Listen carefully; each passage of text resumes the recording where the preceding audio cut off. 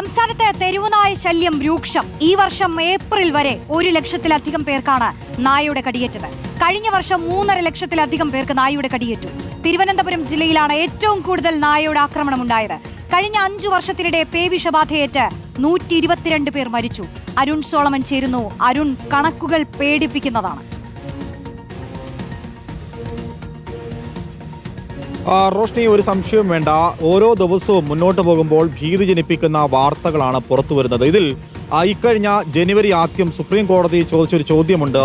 ഇനി നായകൾക്ക് ആകെ നൽകാനുള്ളത് കൗൺസിലിംഗ് മാത്രമാണെന്നുള്ളത്, ബാക്കിയെല്ലാം ചെയ്തു കഴിഞ്ഞിരിക്കുന്നു എന്നുള്ളത് മൃഗസ്നേഹികളുടെ അടക്കം പരിഹാസ രൂപേണ സുപ്രീം കോടതിയാണ് ഇത് ചോദിച്ചത്. ഇന്നിപ്പോൾ ഒരു സുപ്രധാന വിധി വീണ്ടും വന്നിരിക്കുകയാണ്. എന്തായാലും തലസ്ഥാനത്തടക്കം നായകൾ അനുദിനം ക്രമാതീതമായിട്ട് വർദ്ധിച്ചു വരുന്ന ഒരു സാഹചര്യം. അതിലുപരിയായിട്ട് കഴിഞ്ഞ 5 വർഷം എടുത്തു പരിശോധിക്കുകയാണെങ്കിൽ 2021 തൊട്ട് ഈ നാളിതുവരെ നോക്കുമ്പോൾ തന്നെ 15 ലക്ഷത്തിലധികം പേർക്കാണ് നായയുടെ കടിയേറ്റിരിക്കുന്നത്. ഇതിൽ ഓരോ വർഷവും മുന്നോട്ട് പോകുമ്പോൾ ഈ കണക്കുകൾ വർദ്ധിക്കുന്നുണ്ട് എന്നുള്ളതാണ് ഏറ്റവും ഞെട്ടിപ്പിക്കുന്ന ഒരു കാര്യം. കാരണം 2021 2 ലക്ഷത്തിലധികം പേർക്കാണ് നായയുടെ കടിയേറ്റതെങ്കിൽ 2025 എത്തിയപ്പോൾ ഇവിടെ റോഷ്നി സൂചിപ്പിച്ചതുപോലെ 3.5 ലക്ഷത്തിലധികം പേർക്ക് നായയുടെ കടിയേറ്റു. ജില്ലയിലേക്ക് വരികയാണെങ്കിൽ ഇത് തന്നെ ഈ 3.5 ലക്ഷത്തിലധികം പേർ എന്ന് പറയുമ്പോൾ തന്നെ കഴിഞ്ഞ വർഷം ഏറ്റവും അധികം റിപ്പോർട്ട് ചെയ്തത്, ഏറ്റവും അധികം നായയുടെ കടിയേറ്റത് തിരുവനന്തപുരം ജില്ലയിലാണ്. അത് തന്നെ 58,000 പേരാണ് ചികിത്സ തേടിയത്. ഇതിനൊരു പരിഹാരം കാണാൻ ഇതുവരെ കോർപ്പറേഷന് പോലും സാധിക്കാത്ത കാര്യങ്ങളുണ്ട്. നിലവിൽ ഈ അറവുശാല